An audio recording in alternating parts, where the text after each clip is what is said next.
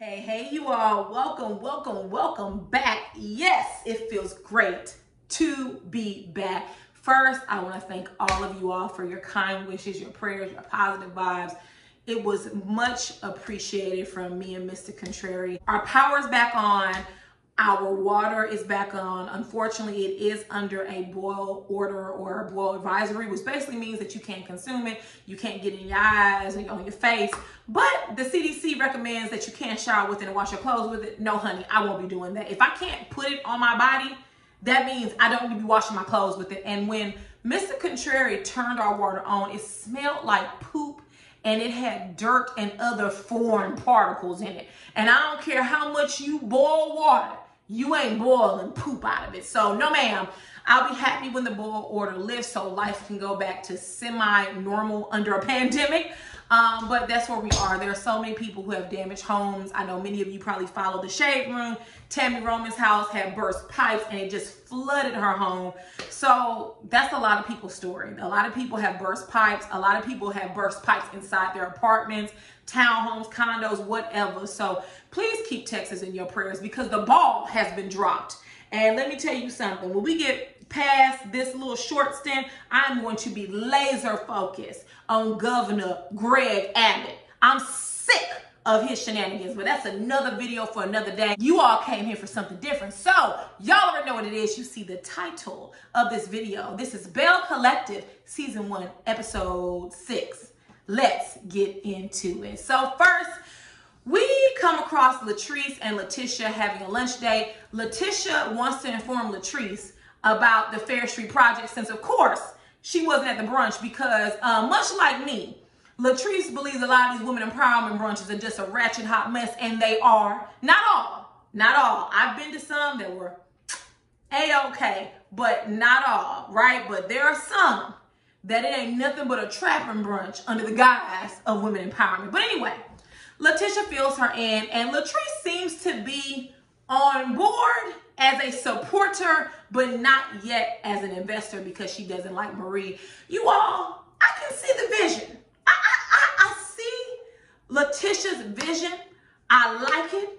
I'm here for it. I think more Black people should come together as a collective and they should invest money and revitalize areas that the city or the county has left forsaken. In my hometown, you all, whenever I go back, it looks like bombs over Baghdad. It looks like a war zone. It looks like someone dropped a bomb on my city. And I always feel so sad because it's blocks and blocks and blocks of these big old beautiful brick homes that have been left in ruins because of white flight, because of poverty, because of redlining, things of that nature. So I really do believe in Letitia's mission. I think more Black people should get together and buy property, especially in areas that used to be Black, and prevent gentrification from occurring. Prevent people from infiltrating our communities and really build it up. But it's going to take a lot more than just 1 or 2 people. However,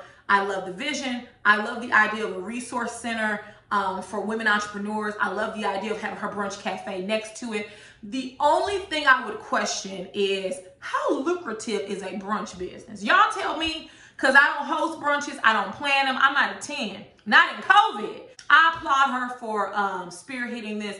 I hope Latrice does hop on because I think Letitia said she only had 1 investor.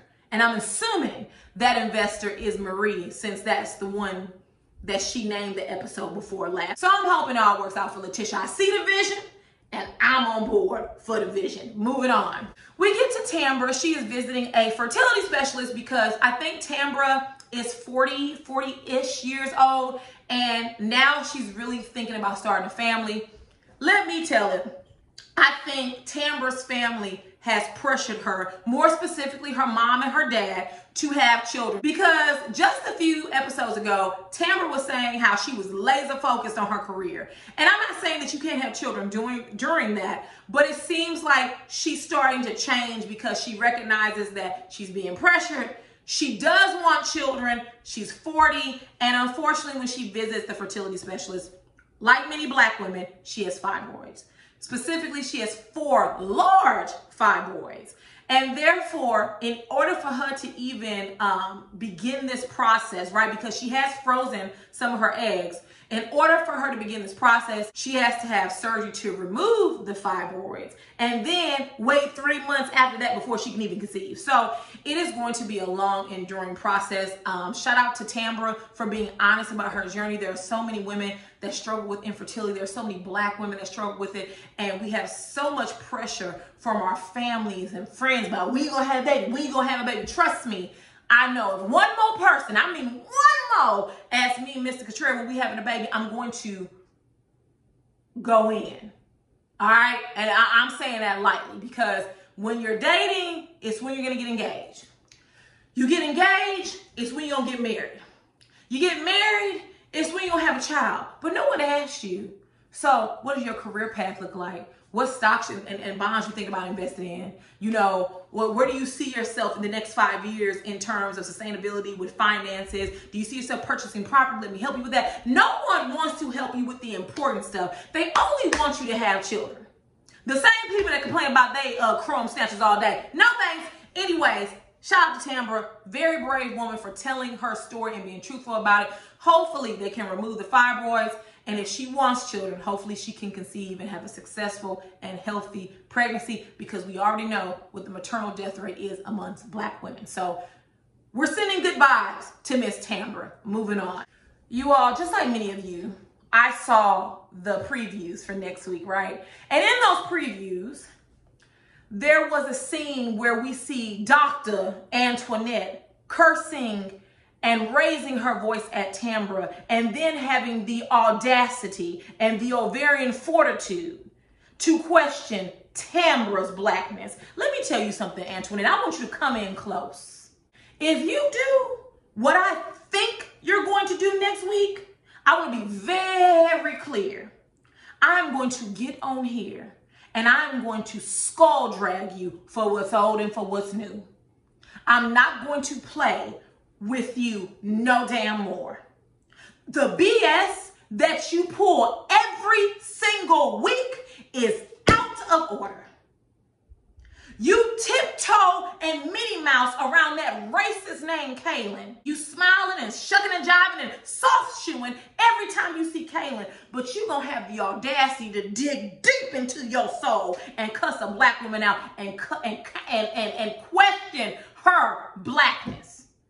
I promise you, if that is indeed how the scene plays out next week, baby, I'm coming over here. There's going to be no Vaseline. I just want to warn y'all now, because I don't like Antoinette. I don't like her because, and you know, excuse me if I'm going out of order. I don't like Antoinette because she is focused on positioning herself to whiteness. Now, let me give a disclaimer, because you got to do that on YouTube. There are plenty of interracial couples, plenty that I know of. I'm not talking about all them. I'm talking about Antoinette. She is a Black woman that marries white, you know, befriends white because she wants to be accepted by whites. Right?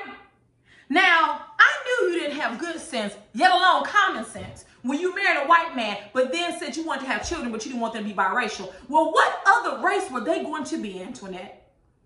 What? You're a Black woman, he's a white man. You're a dentist. You know better than that. Antoinette performs for white people. She wants them to think of her as the good Black woman. You know, she gonna soft shoe, she gonna scuffle. Oh, yes, a Master Kaylin. Yes, a Kaylin. We's a good Black. Who the hell is Kaylin that we have to impress? Don't worry, I'll ask the question. She's a no goddamn body. And Antoinette, you keep bringing her around spaces that aren't meant for her. You hold this dinner for other Black, I'll say it again, Black dentists and dental assistants.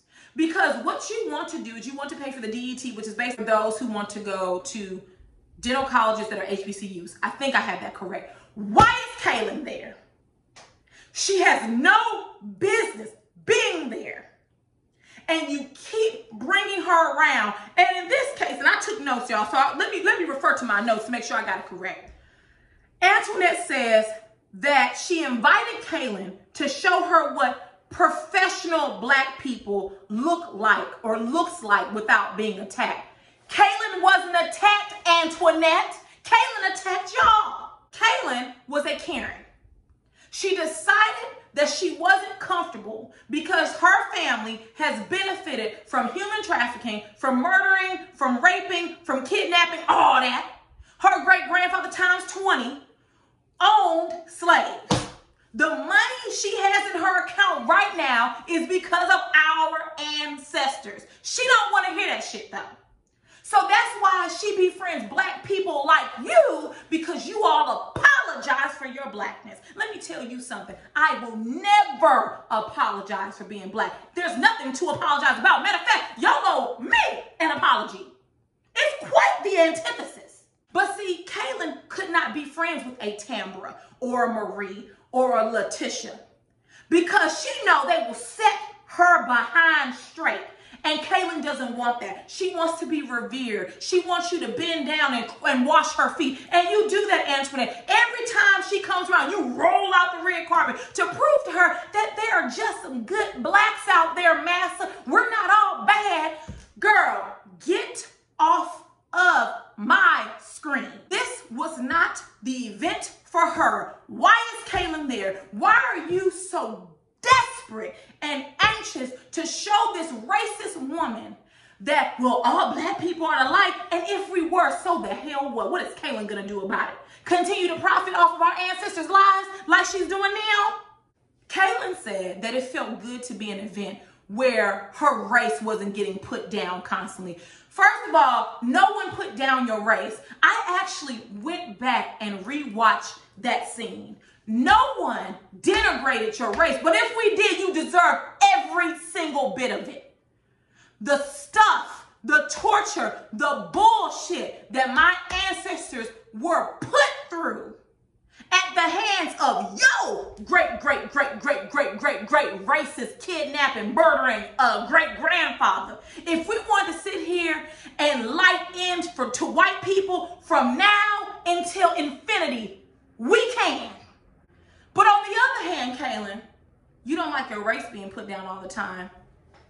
Tell me how it feels. Because constantly, as black people, we are belittled. We are denigrated. We are kicked through the mud physically and proverbially. How does it feel to have someone, you walk into a room and you're a minority every single time you walk in the room? How does it feel for people to jump down your throat every single time you open your mouth? Which, by the way, the ladies didn't do that to you. You're a liar and you're a racist. And I see through you. Antoinette doesn't because she's not happy. Antoinette is a black woman that wishes to be white. So she will do anything to be that. And Antoinette, if you haven't heard of this before, I actually heard it from Paul Mooney. You're about to get your Negro wake-up call soon. So you better hold on to your boots because it's going to be a wild-ass ride when you do. You haven't gotten it yet. It's obvious that you have not gotten your Negro wake-up call. At the end of the scene, you see Antoinette said she wanted to give Kaylin a different perspective of black people. I'm sorry, why does she need a different perspective?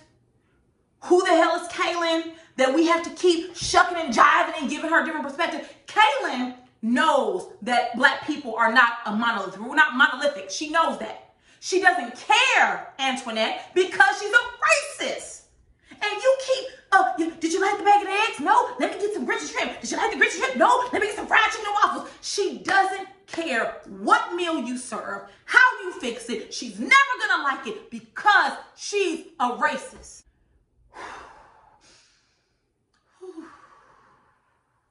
I'm gonna move on from this scene because between Antoinette and between that racist Kaylin, my blood pressure is about to shoot up through the roof. Let's move on. Up next is Latrice and Cliff. It is their wedding anniversary. Listen, y'all, this is gonna be short and sweet because I don't like Old Yellow. He's not attractive. He seems like a wise guy. He seems very slick and sly. And I just don't trust him. But it's their anniversary. Literally, he gets her flower instead of flowers to plant. She gets upset. He basically blindfolds her, takes her to a different part of their property where he has the big old sign with LOVE with candles or lights, and there's flowers. It's a nice setup, you all. At the dinner, Latrice basically decides to be vulnerable, and she basically tells him that she has abandonment issues. Every man in her life has abandoned her one way or the other. Either they have abandoned her through death, her two brothers, through imprisonment, her older brother Derek, who was in prison for quite a while and then was just recently released, or either like her father, who basically was absent and then he died, right? So she has difficulties with being vulnerable because she expects to be abandoned, which, Latrice, I will say, the word of today is therapy. Cliff can't help you. Your mother can't help you. Derek can't help you. You need to go and see a professional. There's plenty of Black women who are therapists. Please go find one and see them, because this is a serious issue. Now, let me tell you about Old Yella.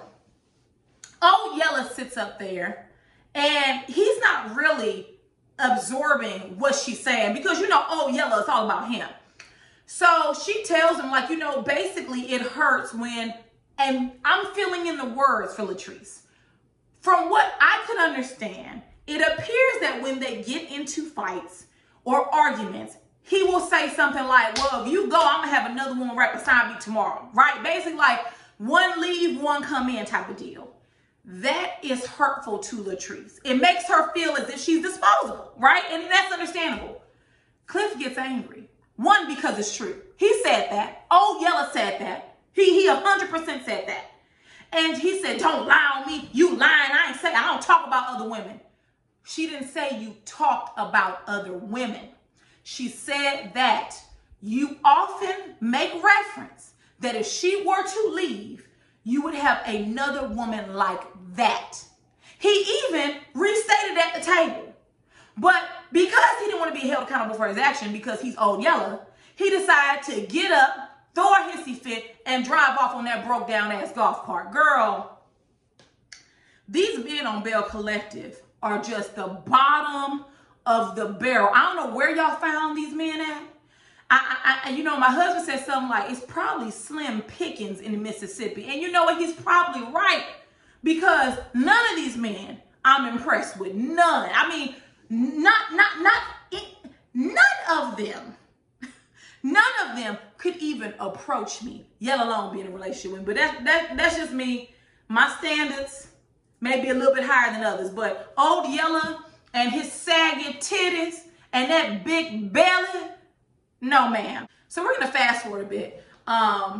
Towards the end of the episode, we see where Latrice is doing an anniversary redo. She's apologizing for what, I don't know why, because it wasn't her fault. It was Old Yella's fault. I'm not sure why she's apologizing, but you know, that's what these men do. They want you to think it's your fault that you did it, so they don't have to apologize. No type of accountability.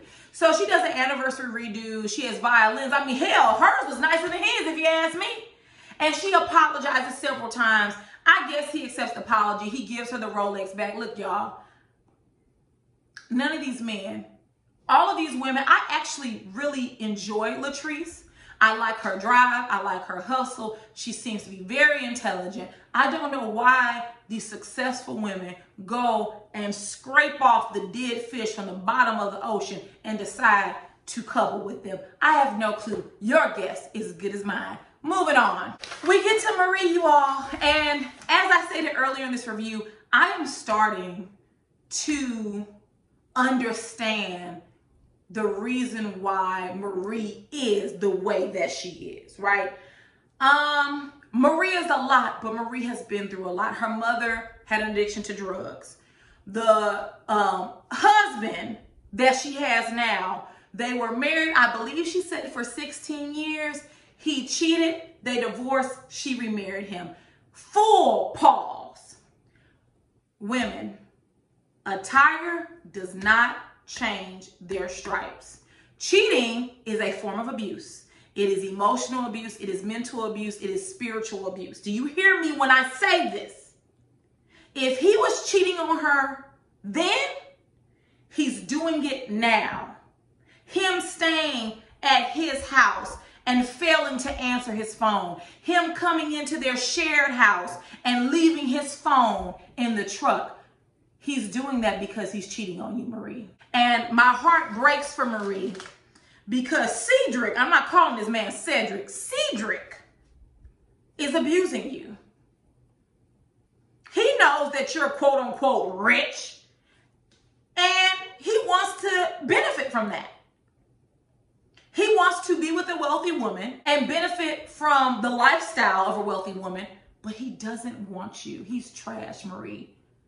And to find out that Marie has lupus and that fool of a son of her, Jerez, swung on his mama and she has lupus?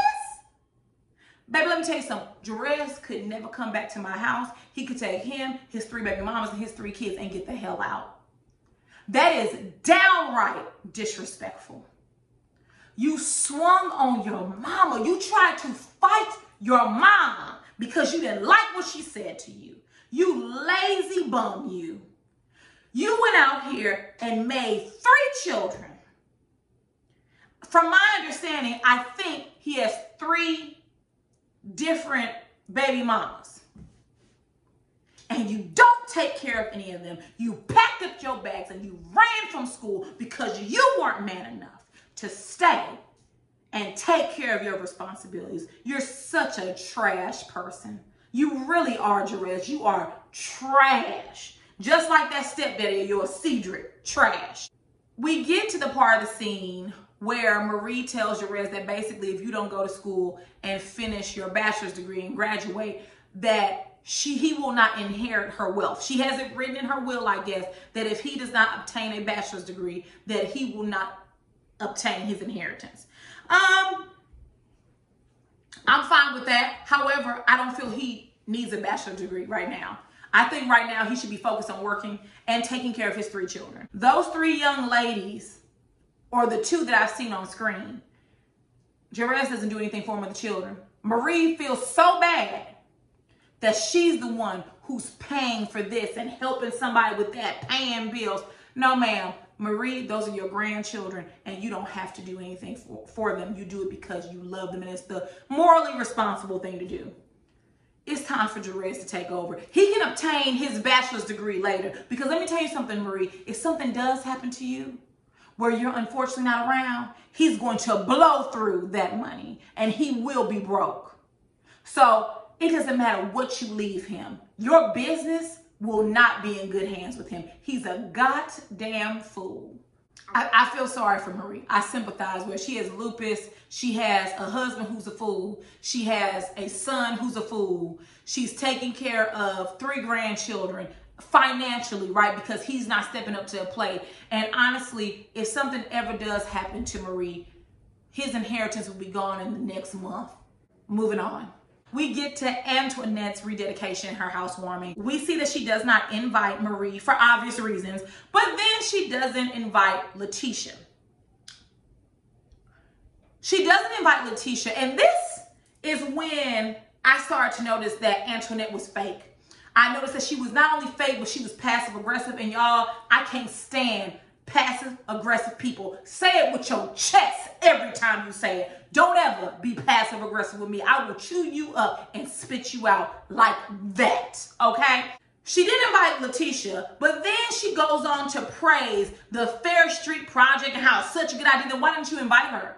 Letitia didn't do anything to Kaylin. Hell, no one did anything to Kaylin. Kaylin did it to herself. We then see Kaylin begins to denigrate Black women. And I want to make sure I got this straight, so let me look at my notes, y'all. Kaylin said, it's hard to be empowered when people are negative. Kaylin is the one who walked out of the brunch. She's the one who caused the scene, right? But being a true Karen, she turns it on the Black woman. The Black women are the aggressive one. She did what Ashley from Real Housewives of Potomac did. Why are you being aggressive when you're the aggressive one? I can't stand that, y'all. I cannot stand it. She then goes on to say that people were taking off earrings and shoes. Full pause, y'all. I literally had to go back and watch that scene twice to make sure that I did not miss where someone took off their earrings and their shoes, because I didn't remember that they did that. And lo and behold, I'm right. So this is the umpteenth time, as my mama would say, that Antoinette has been in a room with Kaylin, and she has disrespected black women. She has been rude to black women. She has participated in macro aggressions. And then the icing on the cake is that Kaylin repeats stereotypes about black women. They took off their earrings and their shoes. If she's saying that in a room full of black women, what do you think she said to her racist white family who benefited from slavery? What do you think she told her white girlfriends in Mississippi? What do you think she told them? No one took off their earrings. No one took off their shoes. Matter of fact, a hat didn't even move. It was pinned down so well. But in her mind, she made up this lie that these black women who were dressed to the nines took off their earrings and their shoes, because in her mind, that's how black women behave. And once again, Antoinette, you sat there silent and didn't check her. That's why if you yell and scream and question Tambra's blackness in this next episode, I'm going to make a beeline for you. I don't care what else happens in that episode. Someone could jump off the highway and roll around in the grass. I wouldn't give a damn. I'm going to make a beeline directly for you. That is some bullshit that you allowed that racist Kaylin to sit there and say people pulling off earrings and shoes. Nothing of the sort happened like that. And this is how black people are murdered. People make up stuff. I'm going to call the police and say a black man is harming me. I'm going to call the police because you guys are playing music in a public park. I don't like how you spoke to me, so I'm going to say you put your hands on me. This is how black people's lives are threatened every day. And Antoinette, you sat there and said nothing. And so did you, Latrice. So my good eyes on you as well, sis. The only person that spoke up is the woman whose blackness you question in the next episode, Tambra. Tambra went back for both Marie and Letitia, because not only was Kaylin attacking them as black women, she also was attacking Letitia's business, trying to say that it was some type of ratchet event when you're the one who ratcheted it up, Kaylin. Tambra had to say, in the 6 years I've been and hosted the events, that has never happened. Which means what, Kaylin? You were the problem. And then it was only after, when Tambra was letting her know the facts, Antoinette, I don't want to talk about it. This is not supposed to be about. Then why did you cut off Kaylin? You allowed Kaylin to speak her piece. You allowed your master to speak her piece. But then when Tambra defended Marie and Letitia, rightfully so, you had nothing to say and you wanted to cut her off and say, this isn't about them. You made it about them. Your friend Kaylin made it about them. But you didn't say nothing to Kaylin because you didn't want to upset the white woman. Now, did you? I made a note that Antoinette fully performs in this idea of being a model minority. I feel like one of the things that she holds near to her is behaving appropriately for white people's consumption, right? And she doesn't want white people to think negative of her. She's concerned with what white people think. Why do we care with what white people think? They surely don't care about us. Why do we care, especially about what a racist person thinks of us? Kaylin is a racist, and I will never not call her that. In my opinion, she is a racist. From her behavior displayed on the show, she is a racist. And Antoinette wants to be accepted by white society. Antoinette is a nutcase. She's a nutcase. They decide to sage her house, which I'm so tired of people not understanding sage, not understanding the purposes of sage, not understanding how to do it, and people just doing everything. They're just getting in there and twirling about the house. Meanwhile, your ancestors are sitting there shaking their head at you, Antoinette, with this racist woman saging your home. Way to go. One last point. Latrice points out that they're saging the home so that Antoinette can get a nice, tall, black man. Latrice, you know your friend better than that. Antoinette don't want no black man. That's a joke in itself. Don't even waste your time saging the house, because Antoinette is not looking for a black man. She's looking for a white man to help boost herself into white elite society. So good luck with that, man. So you all, that is it, and that is all. Drop down in the comments and let me know how you feel about this episode. I know I'm not the only one not feeling Antoinette and Kaylin. Get down there, let me know your thoughts. Let's talk, let's discuss. Real Housewives of Atlanta is tomorrow. So the season is heating up, and I'm ready for it because we've had a pretty boring season. So I will see you all later. Mwah. Bye, guys.